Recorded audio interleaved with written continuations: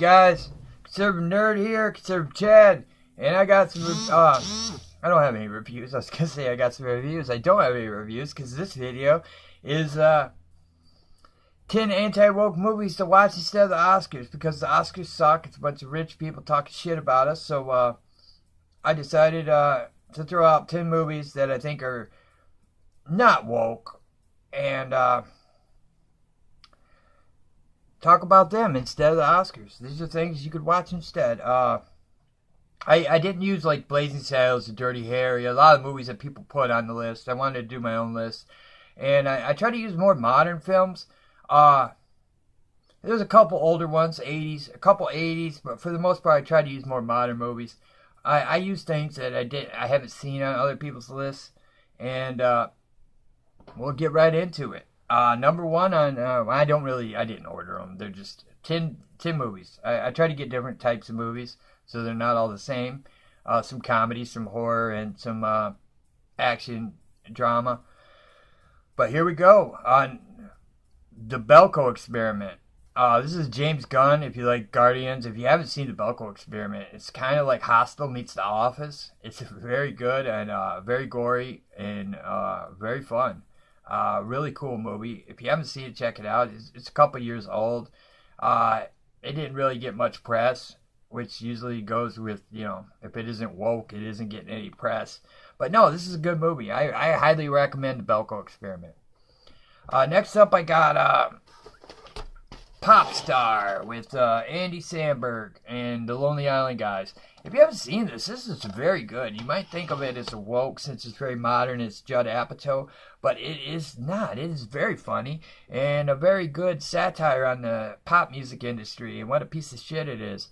The thing that put it on the list is if you heard that Macklemore gay rights song that is terrible, there's a great spoof that they do in this where Connor For Real, Andy Samberg's character, does a gay marriage song, and it's very funny, and he's constantly in it. I'm not gay, I like titties, I'm not gay, but they should be allowed to get married, I'm not gay. It's very funny, and I highly recommend this movie. 48 Hours, with Eddie Murphy and Nick Nolte. If you haven't seen this movie, I haven't seen it in a while, and I watched it not too long ago, and this is so funny. It's so good. It's such a great action comedy. You kind of forget how funny it is because they banned it to watch two guys, racial slur each other. Eddie gives as good as he gets to Nick Nolte, and Nick Nolte gives back, and it is funny, man. And they kind of you see how bad censorship has ruined the movie industry when you watch something like 48 Hours. Next up, I got Brawl in Cell Block 99 with Vince Vaughn. This is great. Oh, man, this is last year. It just came out in December on video, and you won't hear about it at the Oscars because it's awesome and it's not woke. But, yeah, it's just a guy in prison, Vince Vaughn, kicking ass, and it is great. If you haven't seen Brawl in Cell Block 99, I highly recommend it. Just a great movie, man. The acting, just a really grindhouse feel, 70s type of feel, very good. Next up, this movie was on another list I did, top 5 horror comedies that you might have missed. So, but I'm putting it on here again because it's such a great movie, and I love it. Tucker and Dale versus Evil. If you haven't seen this, it's such a good movie. They kind of flipped the script on the horror genre by making the college kids the bad guys and the hillbillies the good guys. So they're kind of the crazy dudes that, they flipped the script on it, which is great. And we all know what kind of maniacs college kids are anyway. So, this is a great movie. Next up, I picked a movie that won an Oscar not too long ago, about 5 or 6 years ago. The Departed with Jack Nicholson and Leonardo DiCaprio. And it wouldn't win today. Let's just say that. Yeah, if you watch this is the last movie the last non-PC movie that probably won an Oscar. This is great. Jack Nicholson's great in it. It's not woke, and it's not politically correct. It's just a very good movie. Next up, I got another movie that was nominated for an Oscar. It didn't win, but it was a great film, and it probably should have won, is L.A. Confidential with Guy Pearce, Russell Crowe, Kevin Spacey, little homo pedophile.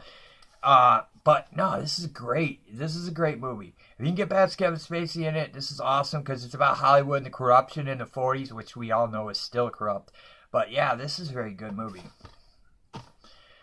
Next up, I got A Million Ways to Die in the West. I'm not a fan of Family Guy, and I'm not a fan of Ted, but I loved this movie.